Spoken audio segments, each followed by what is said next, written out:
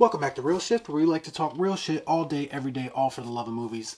I am your host, Joe, and today I'm going to be getting back into my bucket list reviews. These are basically reviews of classic films that I may have missed, or that I've always wanted to check out and just never gave the opportunity.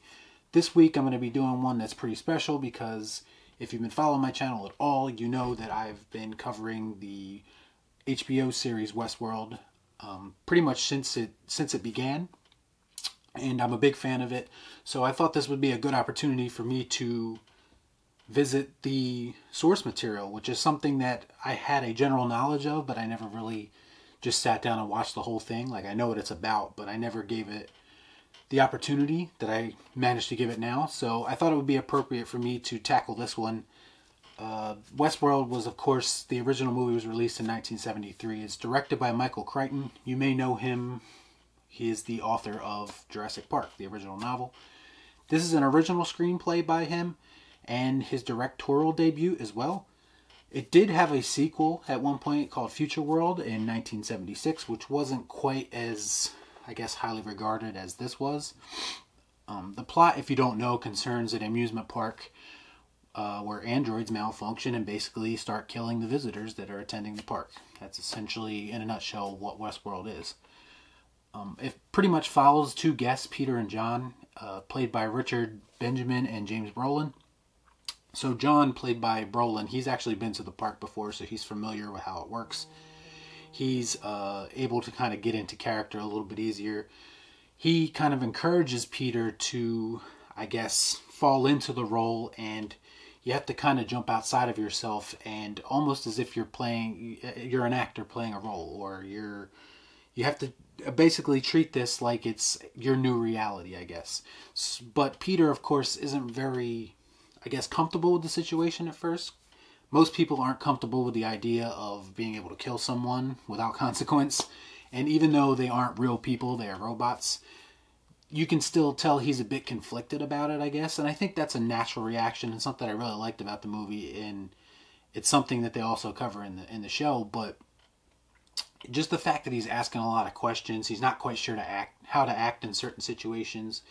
He's asking his friend if the person in front of him is a host or if it's human, and he's asking questions about what happens if I try to shoot at, say, a human. Can I kill human beings too? And then he explains to him that you can't do that. But all that was just kind of a natural reaction, I think, for anyone who would be put in this situation. So another idea that they kind of expand upon in the show, but it's handled in a very basic way in the movie, is there's this idea of obviously robots malfunctioning and basically thinking for themselves. Now in the movie, it's more of a glitch. It's more of a virus, as it's described by the engineers. And basically, rather than having the robots having this awakening that they were either planned to have or had on their own, like the show does, it's more of a, I guess you could say, a malfunction, a hiccup in the development of these artificial beings. So they do mention how advanced the robots are. It's kind of addressed briefly, but not extensively. But they do say they are as complex as some humans, and so they do cover it a little bit, but I kind of wish they would have delved into the actual inner workings of the robots a little bit more, just so you have an idea, a better idea, I guess, of why they are malfunctioning the way they are. But yeah, anyway, that's just a minor nitpick, to be honest. I think that comes a lot from me just being familiar with the show, too, to be quite honest. So the main robot is known as the Gunslinger. He's a cowboy dressed in all black. He's played by Brynner. I thought he was a pretty menacing villain. He's got this very stoic, very emotionless face and performance, and he kind of reminds me of the T-1000 from T2. In fact, I wouldn't be surprised if James Cameron used him as inspiration for the T-1000, because he's just like, once he has his malfunction, whatever you want to call it, and he goes out basically to kill the people that have been killing him all this time, he's just this unstoppable force, and he just continues to pursue Peter at the time, because Peter is the one who actually shot him twice earlier on in the park. I do kind of wish that they would have maybe delved into him remembering those instances and that's why he's targeting Peter. Or is it just him following through with the program and now he's just allowed to do a little bit more than he did before? But I wish they would have delved into that. But again, that's me kind of using the show, I think. The show has kind of spoiled me a little bit with giving me more context to things. Whereas the movie, when it was made in 1973, I think was made to be a little bit more maybe ambiguous. Not quite as intricate in its deep philosophies and stuff like that. So the score of the movie I thought was pretty hypnotic. It reminded me a lot of the score from The Warriors, and I don't know if anyone's ever seen that, but we actually did a discussion review on The Warriors not too long ago.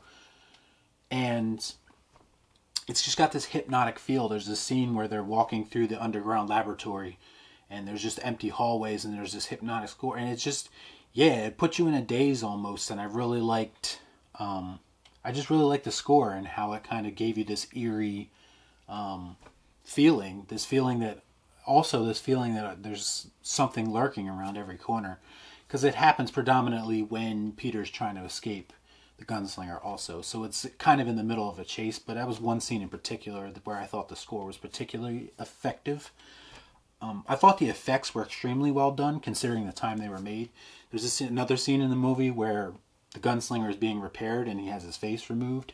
And you could tell it was cut because they have somebody kind of step in front of him when he's laying down, and then when they step back off, that's when they step back out of frame, that's when the face comes off. So you could tell it was cut to make it look that way. But when they're removing the face, I thought the face looked pretty lifelike. And I was pretty impressed with just how they were able to replicate Yul Brynner's face on the fake, obviously, dummy body when removing it. But it holds up, in my opinion. It looked really well done. There's also a technique they use with the camera that gives, I guess, the perspective of the robots, and it's like this pixelated view. And it's something that I think was originated in this movie, if I'm not mistaken. It was kind of revolutionary for its time to be able to see first person in that sort of view.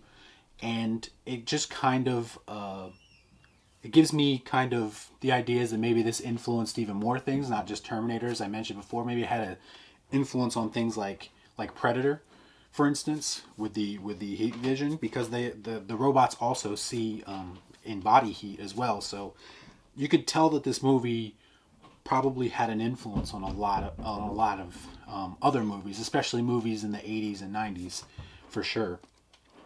You can tell, and this is probably my biggest gripe with this movie, you could tell that this is Michael Crichton's first movie, because to me the biggest problem with the movie is that there is issues with the tone and how it matches up from scene to scene.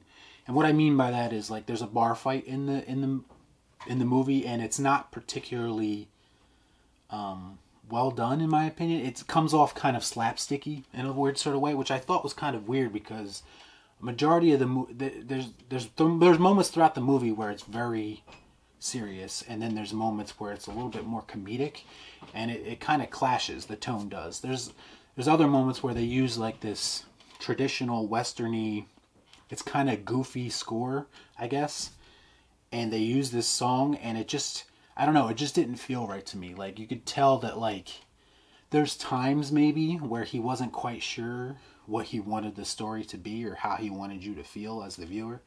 And I think that's probably my only huge gripe with the movie, is just the tone of it is kind of all over the place.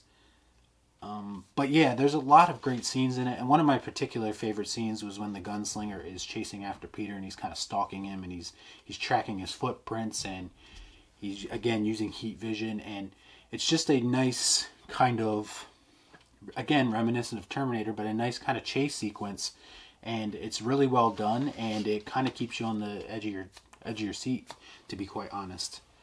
But yeah, the chase itself definitely you can tell is a heavy influence on other movies just like this. So anyway, overall, I'd have to say, as far as Westworld goes, I enjoyed it. I did. I didn't enjoy it quite as much as I was hoping to, and again, that might have a lot to do with me being a fan of the show, and just the show and it's no fault of the movie, but the show is able to delve into the details a little bit more than the movie does. Obviously, the movie has less time to tell the story that it wants to tell. And maybe some of the ideas that were in the show, Michael Crichton had, he just didn't have the time to execute them. But overall, I did still enjoy it. There were some ideas I think they left on the table in the film they could expand upon a little bit. Being a fan of the show first is actually kind of cool for me to go back and see the source material now.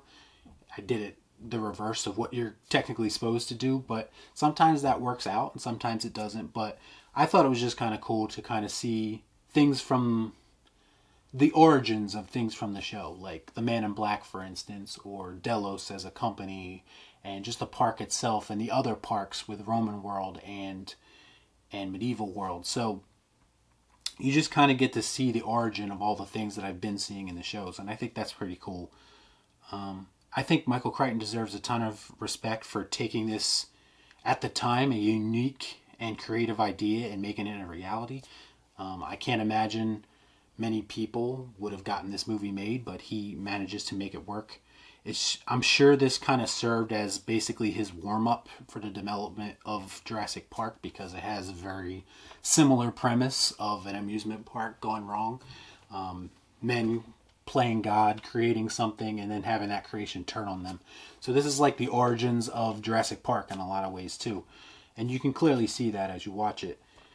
But it's clear to me also that Westworld heavily influenced a lot of things, including other films not related to Michael Crichton. And I think that's, again, it just goes to show you that movies like this, where they do the most with the least amount, like movies from back in the day, they're able to do a lot with a little. So, and movies like that usually do, again, stand the test of time, and they heavily influence the filmmakers that we watch today. So, and it's clear that Westworld is one of those movies and had an influence on many different genres, especially sci-fi. But yeah, overall, I pretty much enjoyed Westworld.